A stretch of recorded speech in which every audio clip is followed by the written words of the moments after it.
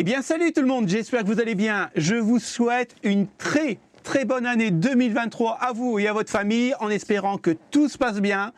On sait que normalement 2023 va être un petit peu plus difficile que 2022. Et oui, c'est comme ça. Et pour ce premier Tech Actu, on va revenir encore une fois sur la RTX 4070 Ti, puisqu'il y a quand même pas mal de choses à dire sur cette carte. Et aujourd'hui, on va parler bien sûr du prix. Et vous allez voir, les 799 $ annoncés, c'est pas si simple que ça, mais on va en revenir. Alors, pour le premier leak, là, j'ai trouvé ce qui est vraiment intéressant, les cartes enfin custom de chez Gigabyte. Donc, on commence avec l'Aorus Master. Alors, le truc que j'adore, c'est le petit RGB ici au niveau des pales. Là, franchement, c'est tip top. Et je suis vraiment dommage qu'ils ne l'ont pas fait sur les 6000 parce que moi, ayant une Master, je ne l'ai pas. Alors, vous voyez, elle est très bien designée. On a du RGB sur les piles, vraiment tip top. Ce qui va se différencier par rapport à une autre carte graphique de la même gamme, c'est qu'on n'aura pas le écran LCD comme ici. Moi, sur ma 6800, j'en ai un. Alors, c'est très joli. Ça sert à rien, mais c'est très joli. Donc, sur la Elite, vous l'aurez. Maintenant, la deuxième carte de chez Gigabyte, c'est l'Aorus Elite. Donc, c'est quasiment la même, presque identique par rapport à la Master, tout simplement, vous n'aurez pas en fait d'écran LCD, tout simplement. Mais sinon, elle est très jolie. Après, en termes de puissance, je ne pense pas que ça va changer grand-chose. On continue, voilà, avec la gaming OC, donc encore en dessous de la gamme. On voit qu'elle est un peu moins designée. On a quand même le RGB sur les pales, donc ça c'est vraiment assez cool. Mais elle est quand même beaucoup moins jolie. Encore une fois, en termes de puissance, je ne pense pas que ça va changer grand-chose. Et bien sûr, on termine avec l'entrée de gamme de chez Gigabyte, l'Eagle, pardon. Et là, on voit tout de suite qu'ils ne se sont pas cassés un peu le fion parce que elle n'est pas belle, quoi. Je suis désolé, c'est vraiment pas joli. Après les Eagle, moi ça me choque parce que quand vous prenez une Eagle, on voit vraiment la différence de qualité, je trouve. Là, c'est vraiment du plastique assez moche. On n'a pas de RGB. Ils auraient pu mettre un RGB quand même, parce que pour le prix de la carte, quand même, ils auraient pu faire un effort. Donc voici la Eagle et la Hero, on en avait parlé la semaine dernière. Moi, je la trouve très jolie en blanc comme ça. Si vous avez un boîtier blanc comme le mien, c'est vraiment tip top, j'adore. Après, encore une fois, pour la Hero, j'aurais voulu aussi qu'ils mettent un petit RGB sur les pales, quoi. C'est pas ce qui coûte le plus cher, surtout des LED RGB, ça coûte rien. Donc voilà, ça c'est la gamme pour Gigabyte. Maintenant, on va parler du prix. Donc le prix est de 799 $ comme je vous ai dit. Mais en fait, je pense pas que ça va être celui-là. Et on le verra juste après ce communiqué. Donc là, voilà, situé sous la barre des 1000 €. Alors moi, j'ai fait mon calcul, ça n'arrivera pas à ça. Mais regardez bien. De toute façon, dans presque tous les sites, tous les blogs et tout ce que vous voulez, vous allez trouver exactement les mêmes termes. Sa tarification recommandée serait de 799 $ et non 899 $. Eh bien, je suis désolé, mais ça, c'est faux. Alors, pour reparler du tableau qu'on avait reparlé la semaine dernière, vous voyez ici les petites cases sont remplies, donc on est bien à 799 USD. Le 5 janvier 2023, ça on le savait, 285 watts de consommation d'énergie. Là, on ne l'avait pas. Bon, voilà quoi. Donc maintenant, on a les trucs. Vous pourrez regarder chez vous, c'est plutôt intéressant. Mais maintenant, on va passer vraiment au prix. Alors moi, je l'ai trouvé sur Belgique. Et en fait, quand on regarde bien, et quelque part j'ai été voir aussi sur des sites américains, parce que je voulais vraiment en comprendre et surtout en savoir plus. Alors, je vais vous lire ce qui est marqué. Dans le même temps, des rumeurs indiquent que Nvidia vendra la RTX 4070 Ti au tarif de 799 $. Attention, les 799 $ qu'on parle là actuellement, l'annonce a été faite avant le mois de janvier, donc avant le 1er janvier, donc au mois de décembre. On est bien d'accord. Mais il faut savoir une chose, c'est que Nvidia l'a dit au mois de décembre, en sachant que les frais de douane ont été reportés aux États-Unis. C'est-à-dire que au mois de décembre, tu pouvais t'acheter une 4070 Ti à 799 $, puisqu'il n'y avait pas de frais de douane entre la Chine et l'Amérique. Ok, on savait tous qu'il y avait des frais de douane.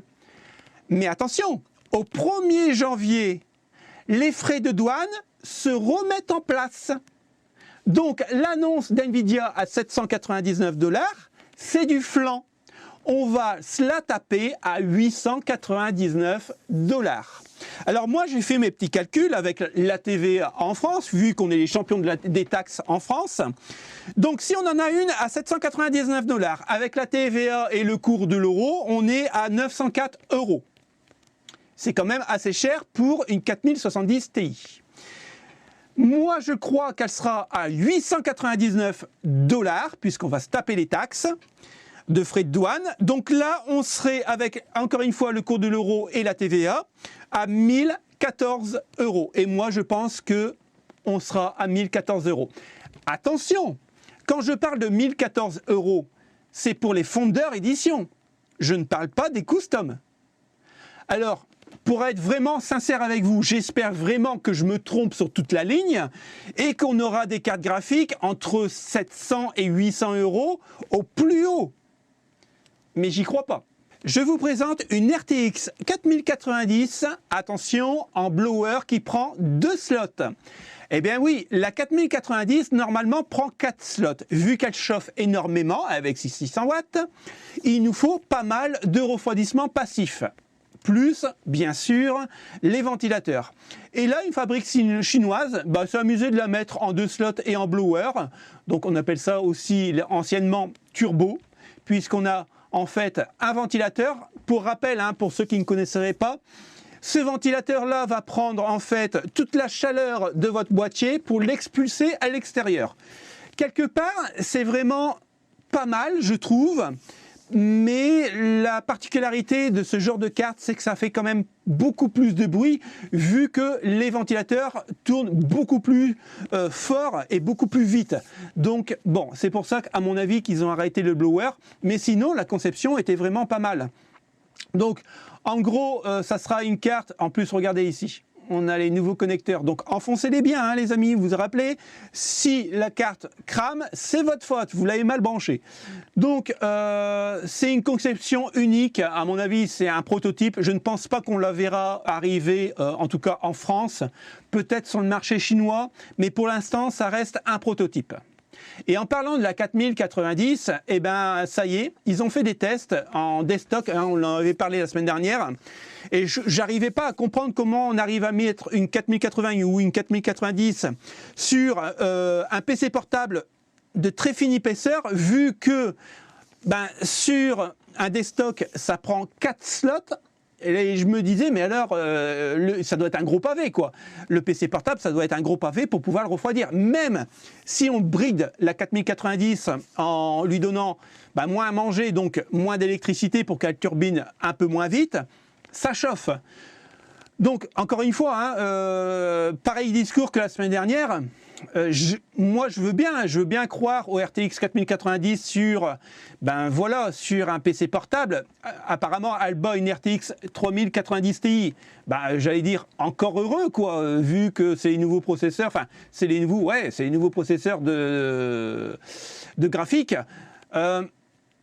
Moi, je demande qu'une chose à voir. Je m'en fous un peu des benches. Je veux simplement voir l'épaisseur du PC portable. Parce qu'à mon avis, les PC portables qu'on les a connus comme ça, pour une 4080 ou une 4090, j'y crois pas trop. Donc, j'attends d'avoir le pavé. Alors ici, on va reparler de TSMC. Ça fait longtemps qu'on n'en a pas parlé de TSMC. Mais là, c'est plutôt une news qui prévoit un peu, l'avenir en 2023, puisque AMD, Intel, Nvidia ont réduit en gros leurs commandes de puces. Donc on aura moins de processeurs et moins de cartes graphiques en stock, donc moins à acheter. Ce qui veut dire, c'est qu'en 2023, vu qu'il y en a moins de fabriqués, moins sur le marché, est-ce que les prix vont flamber? À mon avis, si vous voulez une RTX 3000 ou une RX 6000, c'est maintenant qu'il faut l'acheter, quoi. Parce que, à mon avis, ça va être pris d'assaut et après, il n'y en aura plus. Alors, il faut savoir que sur la chaîne sur la chaîne de TSMC de 7 à 6 nanomètres, il y a 50% de production en moins cette année en 2023. Moi, ce qui m'interpelle un peu, ça voudrait dire que comme en 2023, il y aura moins de processeurs, moins de cartes graphiques, de prévus. Est-ce qu'en 2024, ils vont remettre la machine en route pour produire beaucoup plus? Mais est-ce qu'il ne faudra pas attendre un trimestre, voire 2 trimestres pour pouvoir acheter une carte graphique à prix décent? Moi, ce qui me fait un peu peur, c'est l'inflation. Ah, le SAV, c'est une histoire vraiment compliquée quand on a un problème avec soit un processeur, soit une carte graphique. À moins que vous la commandez directement sur Amazon, vous avez un problème, renvoyé, vous êtes remboursé. Mais c'est compliqué et AMD répond au problème de chauffe de la RX 7900 XTX ou XT à 110 degrés. Et vous allez voir ce qu'ils répondent. Alors, voilà, vous avez juste déboursé 1 300 € pour une carte, elle chauffe à 110 degrés. Quelque part, c'est bien parce que ça remplace les radiateurs, même plus besoin de poêle à bois. Vous branchez votre PC, vous jouez à Warzone, 2 heures après, la pièce est chauffée. Mais voici qu'est-ce qu'ils répondent. Nous sommes conscients qu'un nombre limité d'utilisateurs rencontre une limitation thermique inattendue sur les cartes graphiques AMD RX 7000 XTX, les modèles fabriqués par AMD, pas les customs. Les utilisateurs qui rencontrent une limitation thermique inattendue de AMD 7900 XTX doivent contacter le support d'AMD, a déclaré AMD dans une déclaration à Tom's Hardware. C'est-à-dire que si tu as un problème, contacte le SAV, mais surtout, tu fais pas trop de vagues. En gros, c'est ça. Merci pour le SAV. Alors, c'est un peu dommage. Peut-être qu'ils auraient dû faire, parce que quand vous voyez la conception, ça prend 2 slots. Est-ce qu'ils n'auraient pas dû faire comme Nvidia, prendre plutôt 3 slots avec un radiateur passif un petit peu plus gros que celui-là actuellement, et toujours avec les 3 ventilateurs? Je pense que, vu qu'on augmente la puissance, soit on augmente le rendement des ventilateurs, mais à un certain moment, les ventilateurs ne peuvent plus pousser. Donc, je pense qu'il faudra agrandir le radiateur passif. Moi, je vois que ça. Ou alors, peut-être faire une carte beaucoup plus grande avec un 4e ventilateur. Peut-être. Donc, affaire à suivre, mais en tout cas, je ne vais pas les lâcher parce que moi, ça m'intéresse. Et je ne trouve pas ça normal pour une carte à 1300 boules, de la retourner parce qu'elle chauffe. Je suis désolé, quand vous sortez un produit à ce prix-là, il faut qu'il soit fini. Alors, je ne sais pas si vous êtes d'accord avec moi, vous me le direz en commentaire, ça m'intéresse de le savoir. Mais pour moi, je trouve ça un peu dommage pour une grande marque comme AMD. Alors là, c'est une news qui est complètement folle. Il faut savoir que l'industrie a livré 42% de moins en 2022 de cartes graphiques. C'est-à-dire que par rapport à 2021, malgré que c'était le Covid et ainsi de suite, on est 42% en dessous des livraisons de 2021. C'est juste énorme. En 20 ans, ils n'ont jamais vu ça. Et attention, je parle de toutes les marques confondues, même des fondeurs. Donc, c'est juste dingue. Pourtant, la carte graphique, quand on réfléchit bien, c'est le saint graal d'un PC gamer. On est tous d'accord. Généralement, on regarde quand même beaucoup de marques et on l'a choisi en fonction, pour moi part, en tout cas je parle pour ma part, en fonction de mon budget et surtout en fonction de l'utilisation. Je ne vais pas prendre une 4000 par exemple 90 pour jouer à Tetris, quoi. Tu vois ce que je veux dire? Donc, comme c'est un achat très important, je ne pensais pas qu'il y avait autant de GPU invendus en fait. C'est juste énorme. Ici, on a une news qui est quand même intéressante puisqu'on a un tableau des taux d'échec de GPU, de carte mère, de SSD, etc. Alors, ce qui est vraiment intéressant, c'est que même les plus grandes marques, en fait, ont leur taux de défaillance. Alors, quand je parle de taux de défaillance, je parle des renvois en SAV, comme on en a parlé tout à l'heure, soit au détaillant ou là où on l'a acheté, ou alors directement aux maisons mères. Et vous allez voir, en fait, je suis un peu surpris, quoi.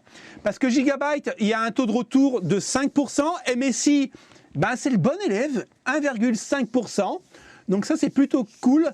Après, il est dit aussi, c'est que en fait, les cartes graphiques Gigabyte ont été vendues 9,3% de plus que MSI. Donc c'est pour ça qu'il y a un taux élevé de retour. Ce qui est normal, il y en a eu plus sur le marché, donc bon, voilà quoi. Mais regardez, en carte graphique, le bon élève, en gros, c'est MSI. Après, on a Gigabyte. Les cartes mères, par contre, MSI... Je trouve que MSI fait des très bonnes cartes mères. Par contre, les B550, je sais qu'ils se sont loupés. Il ne fallait pas les acheter, en tout cas les premières. J'en ai monté une, écoutez, la semaine dernière, pardon. La semaine dernière, juste avant Nouvel An. Et j'ai eu un petit problème au niveau des VRM. Donc j'ai dû regarder ça et bidouiller un petit peu. J'ai injecté du courant pour voir un peu où ça chauffait. VRM, MSI, pourtant j'aime beaucoup MSI, mais VRM, ils ne sont pas tout à fait au top, quoi. En alimentation, Corsair, on a 22%, quoi. Deepcool, 0%. Mais voilà, hein, vous voyez, par rapport aux vendus, 46 de vendus en Deepcool, donc 0%, et 451, 0,22% de chez Corsair. Et là, quand vous regardez 644 et 1,8. Alors moi, je l'ai mis en français, donc ça traduit en saisonnier. Je ne sais pas trop ce que c'est comme marque en anglais. En refroidissement existé, il est pas mal. Après, c'est par rapport aussi au taux de vente. La RAM, la G-Skill, mais bon, il y en a eu 601 de... Ce qui est quand même pas mal, parce que regardez, pour 601 unités de vendues, il n'y a que, en gros, 4 retours, quoi. Donc, c'est quand même pas mal. Samsung, 257 de vendus en NVMe, 0 de retour. Après, Samsung, c'est une très bonne marque, hein. Ça reste quand même un peu plus cher que la concurrence, Samsung. Mais voilà, quoi. T'en achètes un, généralement, t'es tranquille un sacré bout de temps. Pour cette petite news, on va parler des Ryzen 7000, mais cette fois-ci non X. Alors, est-ce qu'ils vont avoir un petit peu plus de succès que la version X? Personnellement, non, j'y crois pas. Encore une fois, carte graphique DDR5, c'est toujours le même problème et on en reparle à chaque fois dans chaque Tech Actu. C'est trop cher, quoi. Malgré que c'est des très bons processeurs. Et moi, c'est ce qui m'embête un peu, c'est que AMD fait des très bons processeurs, mais ne nous donne pas le choix de retourner chez Intel ou alors de garder nos anciens processeurs. Et d'ailleurs, Zen 3 se vend encore énormément. C'est juste dingue, quoi. Et quelque part, ça donne une belle leçon aux marques. C'est-à-dire que, on nous a pris pour des vaches à lait quand même pas mal de temps, malgré qu'ils avaient des bons produits, mais à un certain moment, stop, quoi. On ne peut plus suivre. Et quelque part, c'est une bonne leçon. Donc ici, on a les tableaux de bench qui sont plutôt sympathiques pour des non-X. Écoutez, ça tient bien la route. Bon, après, c'est des gros processeurs. Le plus vendu, ça sera le 7600. Qui tourne quand même plutôt pas mal, surtout pour le niveau de consommation au niveau du TDP. 65 watts, c'est vraiment très agréable par rapport aux versions X. On a un petit tableau ici qui répertorie tout ce qui va sortir, donc le 7900, voilà, au lieu d'avoir une consommation de 170 watts pour le X, on passe à 65 watts. Pour quelque part 5,4 GHz et 5,6 pour le X. Donc quelque part, alors c'est vrai que au niveau de l'horloge de base, on est carrément à 1 giga en dessous. Mais bon, je veux dire au repos, quoi. Après, en jeu vidéo, je ne pense pas qu'on verra énormément de différence. On est à 429 €. Est-ce que ça sera vendu à ce prix-là ?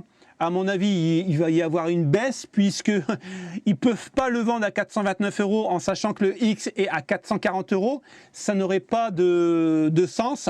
Dans ce cas-là, autant prendre la version X, tant qu'à faire, pour, on va dire, 11 € de plus, enfin 11 $ de plus. On a la version Ryzen 7 7700, encore une fois, TDP de 65 watts. Il booste à 5,3 GHz, donc on a 0,1 GHz de moins par rapport à la version X. Bien sûr, en horloge de base, donc on est à 3,8 au lieu de 4,5, ce qui n'est pas encore très grave. Quand on regarde le prix, 329 €. Enfin, 329 $, j'ai des problèmes avec les dollars, moi. 329 $, à mon avis, encore une fois, ils ne le vendront pas à 329 $, vu que le X, il était affiché à 400 $ à 1 $ près, mais là, il y a une baisse de 14%, donc 345 $. Quelque part, il n'y a que 15 $ d'équivalent, donc, écoutez, autant acheter le X, tant qu'à faire. Et par contre, il y a une grosse différence avec le 7600X et le 7600, puisque le 7600X, lui, on est à un TDP de 105 watts et là 65 watts, toujours pareil. Donc il y a quand même 40 watts d'économie, je veux dire, au bout de 1 an, surtout si on y joue tous les jours, ça fait une belle économie. En boost, on ne perd pas grand-chose puisqu'on arrive quand même à 5,1 GHz. Pour rappel, hein, il y a 3-4 ans, quand on arrivait à 5 Go, voire 4,8, 4,9, c'était vraiment le summum. Là, on dépasse les 5 Go. Hein, pour du AMD, c'est vraiment très cool. Encore une fois, l'horloge de base, on est à 3,8, mais vraiment en stand-by. Donc oui, on perd 0,9 GHz, ce qui n'est pas encore très grave, je trouve. Maintenant, c'est pareil, au niveau du prix, on est à 229 $ pour le non X. Mais comme le X ne se vend pas, il y a une baisse de 20% et à mon avis, ça va encore s'accentuer en 2023. On arrive à 240 $. Donc en gros, vous avez 11 $ de différence. Bah écoutez, prenez le X. Quelque part, vous avez plus de puissance. Bon, ça consomme un petit peu plus au niveau énergétique. Mais voilà, quoi, on s'y retrouve. Donc moi, je pense que ces prix-là, pour moi, le 7600, il va être vraiment intéressant s'il passe les 180 $. Si on arrive à 180 $, franchement, là, ça vaudrait peut-être le coup de réfléchir à prendre la DDR5 et puis peut-être une carte mère. Dites-moi ce que vous en pensez si jamais, par exemple, le Ryzen 7700 et le 7900 arrivaient sur, on va dire, allez, 350 $ et 280 $ pour le 7700. Est-ce que vous serez vraiment intéressé à les acheter avec, bien sûr, les nouvelles cartes mères et les nouvelles DDR5? Dites-moi en commentaire si vous allez franchir le pas, si ça baisse encore. Encore une fois, hein, c'est des très bons processeurs, mais voilà, quoi, AMD ne nous donne pas le choix, donc bah, nous on a fait vite le choix, on les prend pas, c'est trop cher. Et bien voilà, c'est la fin de la première vidéo de l'année, j'espère que ça vous a plu, et si ça vous a plu, le petit pouce bleu, abonnez-vous. Je vous rappelle encore une fois, hein, vous êtes 69% à regarder les vidéos régulièrement, et vous franchissez pas le cap de l'abonné, donc ça prend 2 secondes, ça ne coûte absolument rien, je vous demande pas de chèque ni de retour à la fin du mois, donc abonnez-vous s'il vous plaît, ça me ferait très plaisir, et merci à ceux qui vont le faire. Et puis bah, nous on va se retrouver pour une prochaine vidéo. Alors oui, je sais que ça fait 2 semaines que j'en ai pas fait et vous m'avez demandé sur Insta en privé de me refaire des bons plans. Alors oui, je vais arriver normalement vendredi soir ou alors peut-être samedi matin à faire des bons plans sans aucun problème. Je vous ai laissé tranquille pendant 2 semaines parce que c'était les fêtes de Noël et comme c'est très commercial, je voulais pas en rajouter une couche. Je voulais vous laisser tranquille, mais les bons plans vont revenir toutes les semaines et vous allez voir aussi qu'il y aura d'autres nouveautés, mais bon, on en parlera quand ça arrivera sur la chaîne. Allez, salut les potes, ciao ciao!